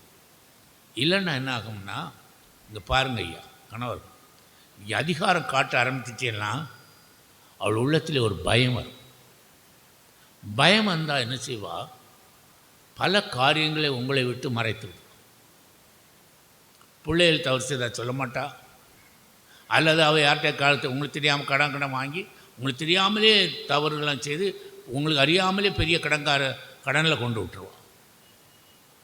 ஏனென்றால் அவங்களுடைய அந்த உங்களுக்கு சொன்னால் அதாவது நம்மளுக்கு அடிப்பா ஏதோ ஒரு பய உணர்வு. மனைவிக்கு கணவன் பால் பய உணர்வு வரவே கூடாது. அப்படி ஒரு கணவன் தன் மனைவியை அன்பு செய்ய வேண்டும். அதே போல் கணவனும் மனைவியும் மனைவியை பார்த்து பயப்படக்கூடாது. அன்பு தான் அங்கே முக்கியமானது. அப்படி அந்த அன்பு உறவு இருந்தால் இந்த பிரச்சனைகள் எல்லாமே, குடும்பத்தில் இருக்கிற பிரச்சனைகள் எல்லாமே எதையும் 2 பேர் இணைந்து எதிர்கொள்ள முடியும். கரங்களை தட்டுங்க. 2 பேர் எதையும் இணைந்து எதிர்கொள்ள முடியும். குடும்ப வாழ்க்கை சாதாரணமாக எடுத்துக்கிடவே கூடாது. குடும்ப வாழ்க்கை எப்படிப்பட்டது? கஷ்டமானது. அவர் சொல்லுவார், மழை வந்தது கற்பாறையில் அடித்தளமிட்டதாக இருக்க வேண்டும். பாட்டு பாடினார்ல, சும்மா மணல் மீது அடித்தளமிட்டால் சின்ன சின்ன பிரச்சனை வந்தாலும் அந்த குடும்பம் பேரழிவை கண்டு ஆண்டவர் சொல்வார். அதை பாருங்க, என் வார்த்தையை கேட்டு இதன்படி நடப்பவர்கள் கற்பாறை இந்த அடித்தளமிட்ட குடும்பம் போல் இருப்போம். யார் ஒருவன் என் வார்த்தை கேட்காமல் அவன் இஷ்டம் போல் குடும்பத்தை கட்டி எழுப்புறானோ அவன் மணல் மீது அடித்தளமிட்டவன். மழை வந்தது, புயல் வந்தது, அங்கே பேரழிவை அது சந்திக்கும். அதனால தான் இந்த வேத புத்தகத்தில் எப்படி வாழணும்னு நமக்கு இறை வார்த்தைகளை கொடுத்துருக்கிறார்கள். இதை நம்ம படிக்கிறது இல்லை, இதை கேட்குறது இல்லை. நம்ம மனம் போல் நடக்கிற உலக பிரகாரமாக நடக்கிற, பக்கத்து வீட்டுக்காரன் எப்படி நடக்கிறான், அடுத்தவன் எப்படி நடக்கிறான்லாம் பார்த்து செய்கிறதுனால பல தவறுகள். அவன் குடிக்க போனால் அவங்க கூட நானும் குடிக்க போகணும். அவன் தப்பு செய்தானா நானும் தப்பிச்சணும். அந்த பொண்ணு தவறு செய்தால் நானும் அவளோட போகணும். இந்த மாதிரி பிரச்சனையே விட்டுறணும். அதுக்கு அடித்தளம் நம்முடைய கடவுளுடைய இறை வார்த்தையை கேட்டு அதன்படி பாருங்கள். ஏன்னா பாருங்கள், தேடி ஒருவருக்கொருவர் பணி செய்து தங்களை அர்ப்பணிப்பது தான். அர்ப்பணம் முக்கியம். உங்களை முற்றிலுமாக அர்ப்பணால் வரேன். அர்ப்பணம் முக்கியம். எனக்கென்று நான் வாழக்கூடாது. ஒரு கணவன் அவனுக்கென்று வாழக்கூடாது. அவன் தன் மனைவி பிள்ளைகளுக்கென்று வாழ வேண்டும். ஒரு மனைவி அவளுக்கென்று வாழக்கூடாது. அவள் தன் கணவனும் பிள்ளைக்கென்று வாழ வேண்டும். அதுதான் அவளுடைய முதல் எண்ணமாக இருக்க வேண்டும். எனவே நாம் அர்ப்பணம் செய்வது. பெண்கள் பலர் வாழ்க்கையில் நிறைய பேர் அர்ப்பணம் செய்கிறார். பெண்கள் அதிக நேரம் கணவனுக்காக சமைக்கிறது, துணி துவைக்கிறது எல்லாமே ஒரு அர்ப்பணம் தான். ஆனால் இன்றைக்கி உள்ள பிள்ளைகள் என்ன சொல்லுது? ஒரு பிள்ளைகிட்ட சொன்னேன், கல்யாணம் கட்ட மாட்டேன். ஏமா?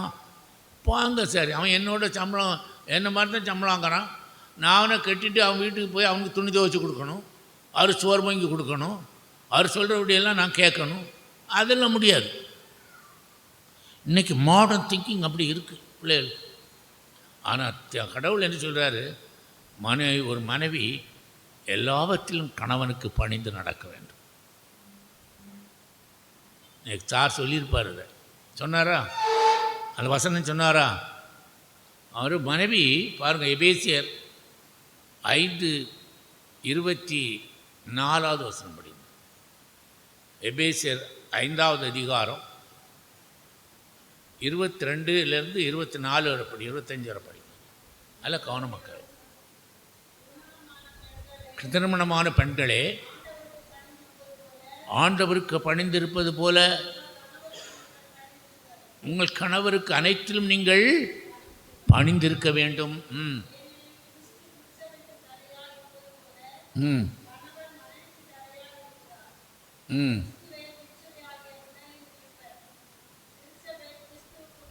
திருச்சனம் நடப்பது போல நீங்கள் அனைத்திலும் பணிந்திருங்க. அதில் கோடு பண்ணுங்க பெண்களெல்லாம். அது இதுதான் சொல்லலை. அனைத்திலும் ஒரு பெண் தன் கணவனுக்கு பணிந்திருக்க வேண்டும். ஆனால் அந்த கணவன் எப்படிப்பட்டவனாக இருக்கணும்னு அங்கே சொல்லியிருக்கு.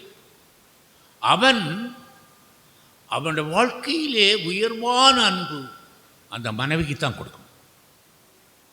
திருமணம் எப்பொழுது ஆயிட்டோ அந்த நேரத்திலிருந்து உங்கள் தாய் தந்தையர்கள் சவர்களாம் 2வது இடத்துக்கு போயிடுவாங்க. முதலிடம் மனைவிக்கு தான்.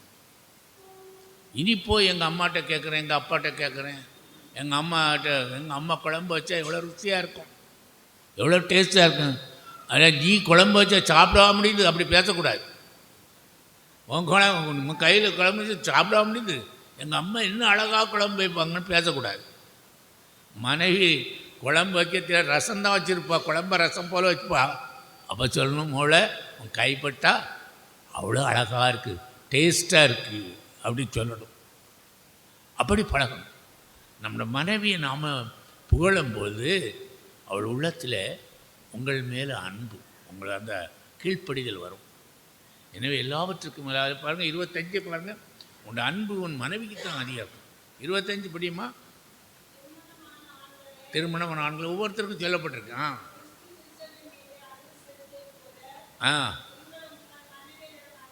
அன்பு செலுத்துங்கள். எப்படி திருச்சபைக்கு ஆண்டவர் அன்பு செலுத்தினார்? அந்த சிலுவை பாருங்கள், தன் உயிரையே கொடுத்தார். அதுபோல் ஒரு கணவன் தன் மனைவிக்கு தன் உயிரை கொடுக்கிற அளவுக்கு அவளை அன்பு செய்யணும். கரங்களை தட்டி. தன் உயிரை கொடுக்கிற அளவுக்கு அன்பு செய்யணும். அறகுற அன்பெல்லாம் இருக்கக்கூடாது. எல்லாவற்றிலும் அது தொடர்ந்து படித்து பார்த்தீங்கன்னா ஒரு கணவன் எப்படி இருக்கணும்னு சொல்கிறார். எனவே அங்கே கடைசியில் அவர் சொல்லுவார், இருவரும் ஒரே உடலாக மாற்றப்படுகிறீர்கள். ஏன்னா வீட்டில் படிங்கன்னா 25லேருந்து 32 வர டைமில். அப்போது அடுத்தபடியாக மனைவிக்கு சொல்கிறாரு, உனக்கு அது பிரதர் சொல்லிப்பான்னு நினைக்கிறேன், 1 பேதுரு 3வது அதிகாரத்தில் இருங்க. அங்கே பெண்களுக்கு அணிகலனை பற்றி சொல்வார். என்ன அணிகலன் சொல்லுங்கள், உங்களுக்கு அணிகலன் எது சொல்லுங்கள். எது எந்த எந்த பட்டு வாங்கி கொடுத்தா நல்லா இருக்குமா, எந்த நகை போட்டால் நல்லா இருக்கும். ஏன்னா அதுதான் பெண்களுக்கு அணிகலன். அதுதானே எந்த நகை, முடியை எப்படி கொண்டை போடலாம், மேக்கையா வடக்கையா தெற்கையா எப்படி கொண்டை போடலாம், எப்படி போகணும். அவர் சொல்கிறாரு, உடை மாற்றுவதிலோ படியுமா 3வது அது படி 1 பேதுரு.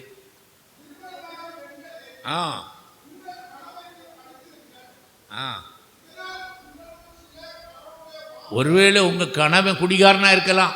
பாருங்கள், உங்கள் கணவன் குடிகாரனாக இருக்கலாம், அயோக்கியனாக இருக்கலாம். பாருங்கள், அவன் அயோக்கியன் நான் போகல ஒரு காலத்தில் இருக்கலாம். ஆனால் என்ன செய்யணும், உங்களுடைய நடத்தை அவனை கவரணும், வசப்படுத்தணும். வசிய மருந்து உங்கள்கிட்ட தான்மா இருக்குது, பெண்கள்கிட்ட தான் இருக்குது. அதை நீங்கள் பயன்படுத்துகிற கிடையாது. எப்படிப்பட்ட கணவனையும் ஒரு மனைவி வசியப்படுத்திடலாம். ஏனென்றால் அதற்கு அவளுடைய முக்கியமான அணிகலன் எதென்றால், படிங்க பிரதர்.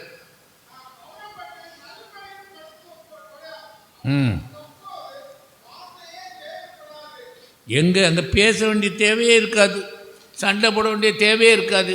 இங்கே பாருங்கள் என்ன சொல்கிறார், வார்த்தை எதுவும் தேவைப்படாது. முடியை அலங்கரித்தல், நகை அணிதல், ஆடைகளை அணிதல் போன்ற வெளிப்படையான அலங்காரம் அல்ல ஒரு பெண்ணுக்கு அலங்காரம். என்ன செய்யணும், என்ன அலங்காரம் சொல்லுங்க. மாறாக மனித உள்ளத்தில் மறைந்திருக்கும் பண்புகளாகிய சாந்தமும் அமைதியும். எந்த பெண் சாந்தமும் அமைதியாக இருக்காளோ அந்த வீட்டில் அற்புதங்கள் நடக்கும். கரங்களை தட்டு. வேற ஒன்றும் செய்யாண்டான். ஒரு மனைவி சாந்தமும் அமைதியுமா எந்த பெண் இருக்காளோ அந்த வீட்டில் அற்புதங்கள் நடக்கும். சாராள் சாந்தமும் அமைதியுமாக இருந்தபடினாலே 90 வயசுலேயே அவள் குழந்தை பெற்றாள். எத்தனை வயசில்? 90 வயசில் ஒரு பொம்பளை கிளம்ப முடியும், வளர்க்க முடியாது. அப்போ ஒரு மனைவியானவள் சாந்தமும் அமைதியுமாக. இப்போ நாம் என்ன செய்யணும், பக்கத்து வீட்டுக்காரி ஒரு பட்டை கொண்டு காட்டுவா, இல்லை பாருங்கள் அக்கா பாருங்கள் இப்போ தான் வந்தது, இப்போ தானே போய் வாங்கிட்டு வரேன், இந்த படையப்பா சாரியா அதை காட்டோன்னா ஆன்னு பார்த்துட்டு, நானும் ஒருத்தரை கட்டியிருக்கேன், எனக்கு ஒரு சாரி வாங்கி தரக்கு நாதி இல்லை அவர், அப்படி நினைக்கக்கூடாது. என்ன அப்பவும் பரவாயில்ல பார்த்துட்டு, நம்ம வீட்டில் பணம் இருந்தால் போய் வாங்க, பிரச்சனை இல்லை. யார்கிட்டையா போய் கடன் வாங்கியாவது இதை வாங்கணும்னு வாங்கக்கூடாது. அதுதான் நம்முடைய நிலைமைக்கு மேலாக நாம் செலவு செய்யக்கூடாது. ஒரு மாதமும் கணவன் மனைவி உட்கார்ந்து உங்களோட கணக்கு போடணும். ஒரு மாதம் நான் சொல்கிறதெல்லாம் ₹1 செலவழித்தாலும் எழுதுங்க. ஒரு புத்தகத்தில் பிள்ளைக்கு முட்டாயம் கொடுத்தாலும் எழுதுங்க. 1ஆம் தேதியிலேருந்து 30ஆம் தேதி எழுதி பாருங்கள்.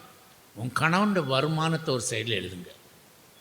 வருமானம் உங்கள் செலவுக்கு மிஞ்சி இருந்தால், எல்லோரும் பாருங்கள், மிஞ்சி இருந்தால் ஆரம்பிங்க. அப்படி பாருங்கள், அறிஞ்சு பாருங்கள். மிஞ்சி இருந்தால் எந்த செலவை குறைக்கலாம், கட் பண்ணணும். இந்த அனாவசிய செலவெல்லாம் கட் பண்ணிடணும். அப்படி கட் பண்ணும்போது யார்கிட்டையும் கை நீட்டி கடன் வாங்க வேண்டிய வரவே வராது.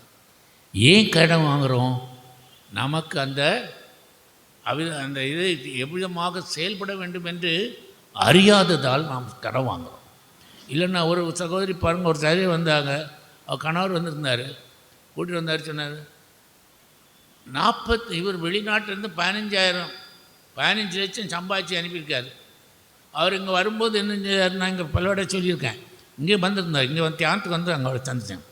15 லட்சத்தையும் வச்சுக்கிட்டு அவர் வீட்டுக்கு வர்றார். எப்படி போன உடனே பொண்டாட்டியை கூட்டிகிட்டு ஒரு மாதம் வேளாங்கண்ணி அங்கங்கெல்லாம் சுற்றலாம் அப்படின்னு வர்றாரு.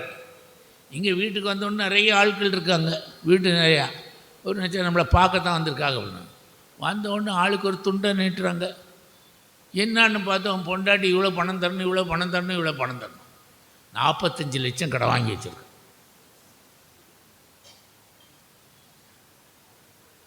அவர் ஹார்ட் அட்டாக் வராமல் காப்பாற்றப்பட்டு.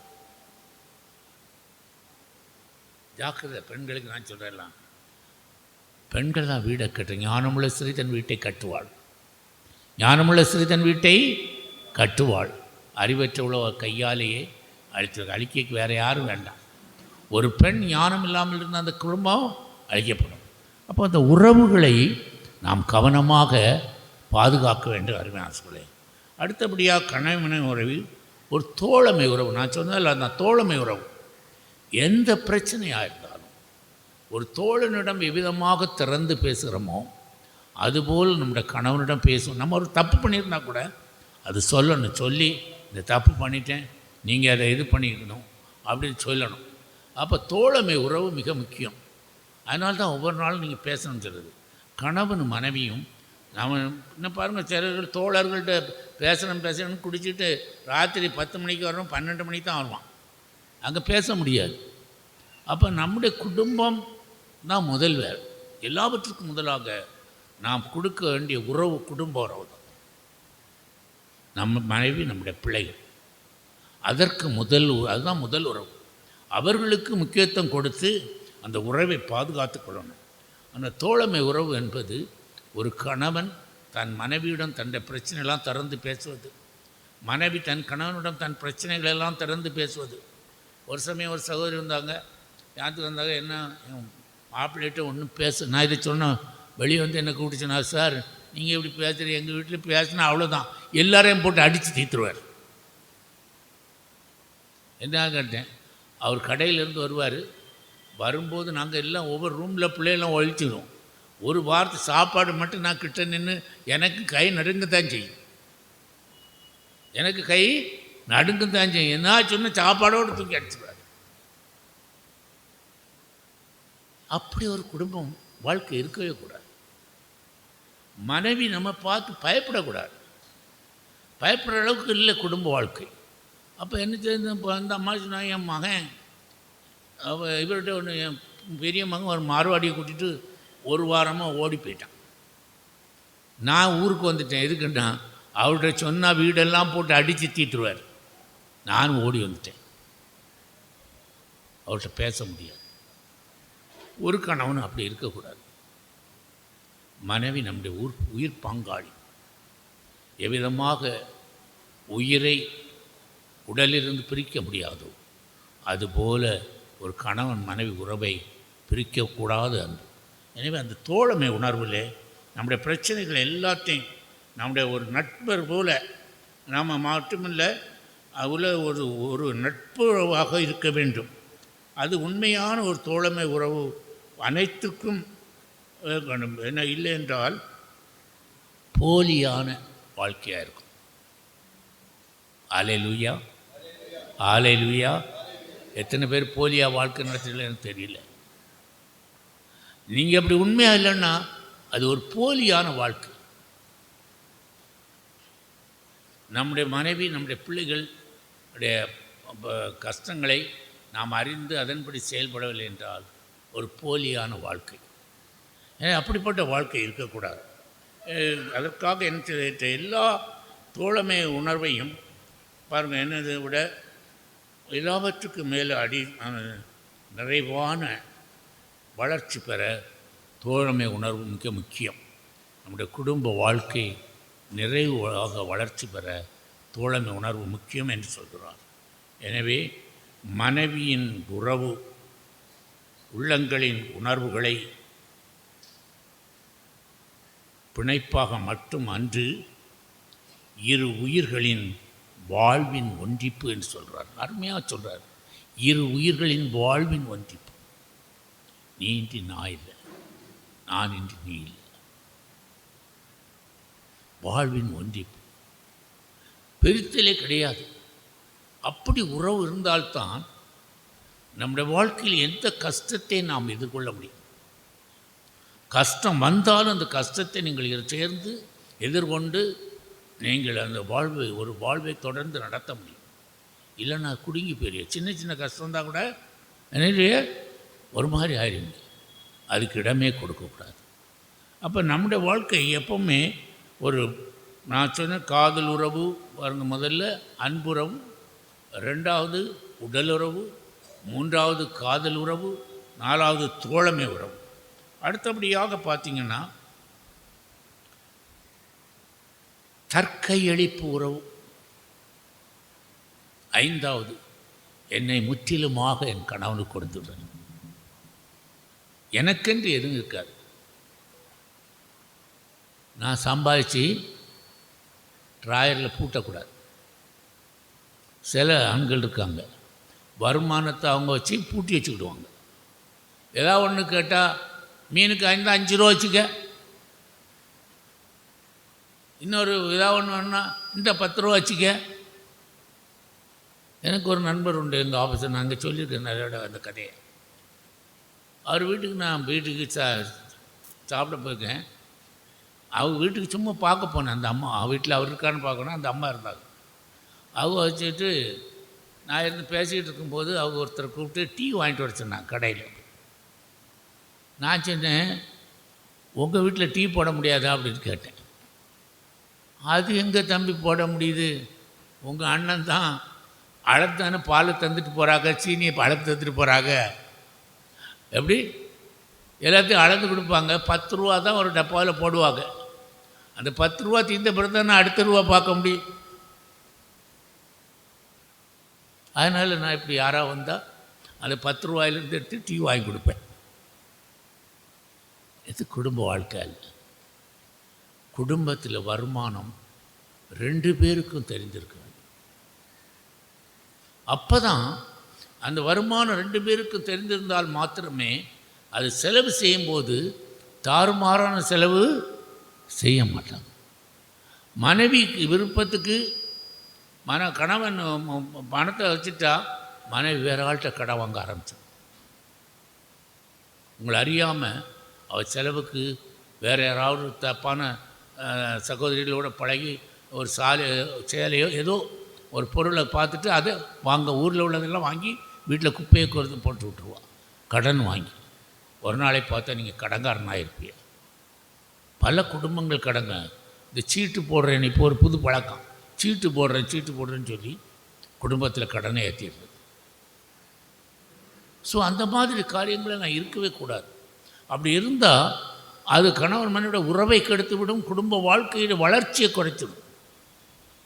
குடும்ப வாழ்க்கை என்பது அது ஒரு உயர்வான பந்தம், அது பரிசுத்தமான பந்தம், தேவ திரவிய அனுமானங்களில் ஒன்று. குடும்பம் எனது ஒரு தேவ திரவிய அனுமானங்களில் ஒன்று. எவ்விதமாக நற்கரணையை பூஜிக்கிறோமோ அதுபோல குடும்பம் பூஜிக்கப்பட வேண்டும், ஆராதனை செய்யப்படும் இடம்தான் குடும்ப வாழ்க்கை. ஆனால் நிறைய குடும்பங்கள் இந்த தாறுமாற அலைந்து குடும்ப வாழ்க்கையை சின்ன பின்னமாக்கி இருக்கிறார். எனவே அருமையான இது ஒரு தற்கை அழிப்பு. கணவன் மனைவி உறவு என்பது ஒரு தற்கை அழிப்பு. நான் என்னை முட்டுமாத எப்படி நீ இன்றி நான் இல்லை, நான் இன்றி நீ இல்லை. புரிஞ்சுதா? ஒருவரை ஏற்றுக்கொள்வது, உனது எனது என்ற பேச்சுக்கே இடம் கிடையாது, வேறுபாடே இருக்கக்கூடாது. நான் முதல்ல சின்ன பிள்ளை எல்லாமே நமது தான். அப்படி ஒரு நல்ல உறவை ஒரு கணவன் மனைவி வளர்த்து கொள்ள வேண்டும். மாத்திரமல்ல, ஒருவனுக்கு ஒருத்தி என்ற வாழ்வின் அறநெறியை முழுமையாக கடைப்பிடிக்க வேண்டும். இது மிக முக்கியம். குடும்ப வாழ்க்கையில் ஒருவனுக்கு ஒருத்தி ஒருவனுக்கு ஒருவன் என்ற அந்த நெறிமுறையை நீங்கள் கடைப்பிடிக்க வேண்டும். அதற்காக ஆண்டவர் நமக்கென்று ஒரு கணவனை உருவாக்கி நமக்கென்று ஒரு மனையை உருவாக்கி கொடுக்கிறார். அதை நாம் கடைப்பிடித்து நடக்கும் பொழுது அந்த குடும்பத்திலே பிரிவினைகள், சந்தேகங்கள், எந்த குடும்பத்தில் சந்தேகம் வந்து விட்டதோ அந்த குடும்பத்தில் வாழ்க்கை சின்ன பின்னமாய். சந்தேகம் வந்துட்டால் உடனே அதை சரி செய்ய முயற்சி எடுக்கணும். ஒரு மனித இயல்பிலே ஒருவேளை நீங்கள் தவறு செய்திருந்தால் கூட உடனே அந்த தவறை சரி செய்து சமரசம் பண்ணி இனிமேல் அப்படிப்பட்ட தவறு செய்யவில்லை என்று நீங்கள் அதை சரி செய்து கொள்ள வேண்டும். இல்லை என்றால் வாழ்க்கை சின்ன பின்னமாகும். எனவே உறவு மிக முக்கிய உறவு. ஒருவனுக்கு ஒருத்தி என்ற கோட்பாடுக்குள்ளே இருக்க வேண்டும். அடுத்தபடியாக அன்பு இணையாக இருக்க வேண்டும். எவ்விதமாக ஒரு வண்டியில் 2 காளையை பூட்டுகிறார்கள். ஒரு இடத்துக்கு போய் சேர வேண்டும் என்றால் அந்த காளை 2 ஒன்றாக இணைந்து ஓட வேண்டும். அப்பொழுதுதான் எந்த இடத்து இலக்கை அடைய முடியும். அல்ல தெரிஞ்சுவிடுங்க, திருமண வாழ்க்கையில் உள்ள இலக்கை நீங்கள் அடைய வேண்டும் என்றால் நீங்கள் 2 பேரும் இணையான அன்பு செலுத்த வேண்டும். அந்த அன்பிலே குறைவு ஏற்ற தாழ்வு இருக்கக்கூடாது. 2 பேருமே எப்படிமாக ஒரு காலை பூட்டினா அடித்தா போய் முதல்ல போய் நிற்கும். அந்த இடத்துக்கு எந்த இடத்துக்கு போகணுங்கிறது நாவூரில் போனோம். இங்கே ஒரு காலையை பூட்டினா அந்த வண்டி நாவூரில் போய் கரெக்டாக ஒன்று படுத்துட்டா போக முடியாது, ஒன்று மக்கர் பண்ணா போக முடியாது. ஸோ இணையான அன்பு திருமண உறவிலே 2 பேர் இணைந்து ஒருவரை ஒருவர் அன்பு செய்ய வேண்டும். நான் பேசிக்கிட்டே போவேன். என்ன ஒருவரை இணையான அன்பு. முதல்ல சொன்னேன், திருமண உறவு பந்தம் ஒரு உயர்வான பந்தம், ஒரு பரிசுத்தமான பந்தம். ஏன்னா முதல் உறவு திருமண உறவு. முதலில் என்ன உறவு? அன்பு உறவு. அன்பு உறவு என்பது ஒருவர் இன்னொருவர் காட்டும் உயிரார்ந்த ஈடுபாடு. ஒருவர் இன்னொருவர் பால் காட்டும் உயிரார்ந்த ஈடுபாடு. சரிதானா?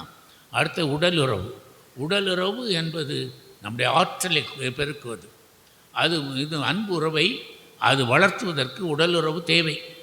என உலகத்தில் படைத்த இன்பங்களிலெல்லாம் உயர்வான இன்பம் ஒரு ஆணும் பெண்ணும் கூடுவது. மனிதன் அதுதான் உயர்வான இன்பம். ஆனால் அந்த இன்பத்தை வேறு யாரோடு அனுபவித்தாலும் பயம் உள்ளே கலந்திருக்கும். ஒரு கணவன் மனைவி அனுபவிக்கிற இன்பம்தான் உலகத்திலே உயர்வான இன்பம். எனவே அந்த இன்பத்தை இந்த உடல் உறவு உங்களுக்கு நிறைவேற்றி கொடுக்கிறது. எனவே அதை வைத்து அதில் பல நேரங்களில் பிரிவினைகள் இருக்கும். பிரிவினைக்கு இடம் கொடுக்கவே கூடாது. பேசி தீர்த்து அதுபோல் 3வது ஒரு காதல் உறவு. இந்த 2 உறவும் சங்கமமாவது காதல் உறவு. காதல் இருக்க ஆரம்பித்து விட்டாலே நம்முடைய இருக்க வேறுபாடுகள் எல்லாம் கலைந்து போய். எனவே காதல் உறவு மிக முக்கியம். அடுத்தபடியாக தோழமை உறவு. நம்மிடம் உள்ளது எல்லாத்தையும் திறந்து கணவனிடம் பேசுவது, மனைவியிடம் பேசுவது. அடுத்து என்ன சொன்னேன்? தற்கை அளிப்பு உறவு. சரிதானா? அப்படி இணையான அன்பு. இப்படி உறவிலே பல வகைகள் இருக்குது. இந்த வகையெல்லாம் நீங்கள் மொத்தமாக சேர்த்து நீங்கள் வைக்கும் பொழுது பிரதானமானது அன்பு உறவு தான். அன்பு இல்லைன்றால் அந்த குடும்பத்தில் எதையும் பார்க்க முடியாது. இந்த அன்பு தான் குழந்தைகளிலும் நாம் செலுத்த வேண்டியது. குழந்தைகளுக்கு நமக்குள்ள உறவு அன்புறவு. அவர்களுடைய வாழ்க்கையிலே கரிசனையோடு கருத்தோடு நீங்கள் இருவரும் இணைந்து அவர்களை வளர்த்ததிலே கரிசனையோடு இருக்க வேண்டும். ஒரு கணவன் தன் மகளை கவனமாக இருக்கணும். கணவனுக்கு அது முக்கிய பங்கு. அந்த பிள்ளைகளை வளர்த்ததிலே கணவன் ஜாக்கிரதையாக இருக்கணும். அவர்களை சரியான நேரத்துக்கு அவர்களுக்கு திருமண வயசில் திருமணம் திருமணம் செய்து முடிப்பதிலே கவனமாக இருக்கணும். பிள்ளைகள் ஆண்கள் படிக்கிறதுல அவனுடைய வளர்ப்பில் நீங்கள் கவனமாக இருக்கணும். நீங்கள் அந்த உறவை விட்டுவிட்டீர்கள் என்றால் தாறுமாறா ஃப்ரெண்ட்ஸ் அவன் எதிர்பார்க்க உங்கள் வீட்டை அந்த அன்பு கிடைக்கலன்னா வெளியே நண்பர்களோடு சுற்ற ஆரம்பிச்சிடுவான். வெளியே தாறுமாறான நண்பர்களோடு போயிடுவான். அதுபோல் அவனுடைய வாழ்க்கை அப்புறம் சின்னாபின்னமாயிடும். குடிக்கிறாங்க கூட சேர்ந்துட்டானா குடிகாரனாயிரம். ஒரு சகோதரி ஒரு பையனை கூப்பிட்டு வந்தாங்க. அவன் வந்து ரொம்ப வந்து என்கிட்ட அழுதுகிட்டே இருந்தா. பையனை கூப்பிட்டு வந்து பையன் என்னான்னு கேட்டேன். இவன் படிக்கிற இடத்துல ஒரு பையனோடு சேர்ந்து அந்த பையன் என்ன செஞ்சிட்டான், ஒரு கொள்ளை கூட்டம், இந்த கூட்டம் இருக்குது பாருங்க, என்ன சொல்கிறது, குண்டெல்லாம் வச்சு தகர்க்கிறானுல்ல, அந்த கூட்டத்தில் இந்த பையனை கொண்டு போயிட்டான். கொண்டு போய் பெங்களூர் இங்கே ஒரு மாதமாக தேடி கிடைச்சி பையனை கிடைக்கல. பெங்களூரில் கடைசியில் லாட்ஜில் இருக்கான்னு கேட்டால், அங்கே போய் போலீஸை கொண்டு வந்து கேட்டால் அந்த பையன் பாருங்கள், இந்த இது இருக்குது பாருங்கள், என்ன சொல்கிறது, முஸ்லீமில் தீவிரவாதி கூட்டத்தில் கொண்டு இவனை பிரெயினை வாஷ் பண்ணி செய்யணும். அதுபோல் நம்ம பிள்ளைகளையும் நீங்கள் ஜாக்கிரதையாக இருக்கணும். வெளியூர்களில் படிக்கும்போது அவங்க யாரோட பழகுறான் எல்லாம் பார்த்துக்கணும். இல்லைன்னா அவங்களை அறியாமல் போயிடும்.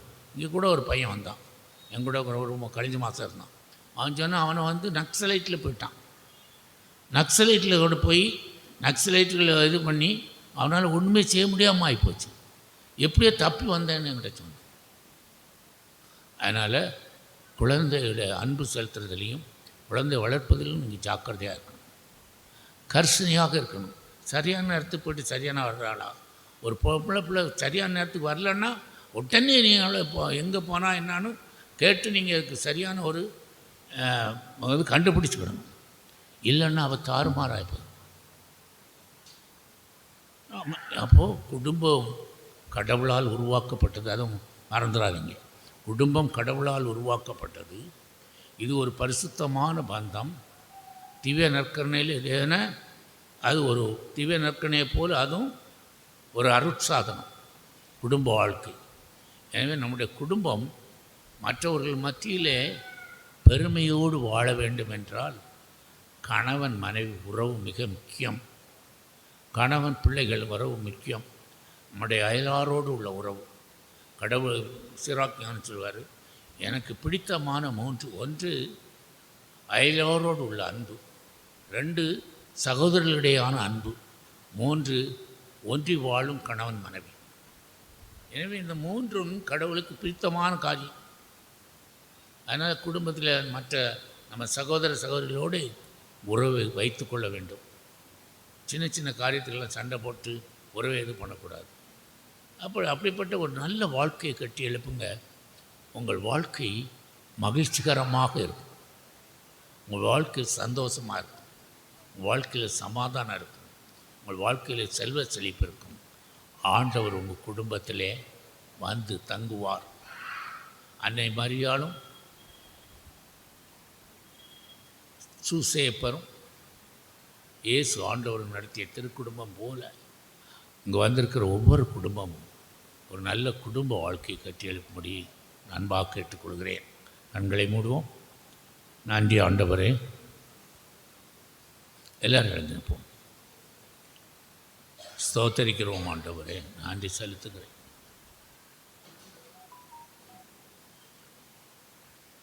கழிந்த 1 மணி நேரமாக குடும்ப உறவு என்ன என்று எங்களுக்கு நீர் கற்றுக் கொடுத்தீர் ஆண்டவரே. இதை கேட்டிருந்த ஒவ்வொரு குடும்பமும் அவர்கள் வாழ்கிற இடத்துல இனி போய் வாழ்கிற வாழ்க்கை உடைய இறை வார்த்தையின்படி வாழ்ந்து குடும்பத்திலே ஒரு உயர்வான குடும்ப வாழ்க்கை கட்டி எழுப்ப நீர் கிருபை செய்யும். குடும்ப தேவைகளை எல்லாம் சந்தியும் ஆண்டவரே. தேவனுடைய பிள்ளைகள் கடன் படார் என்று சொன்னேன்.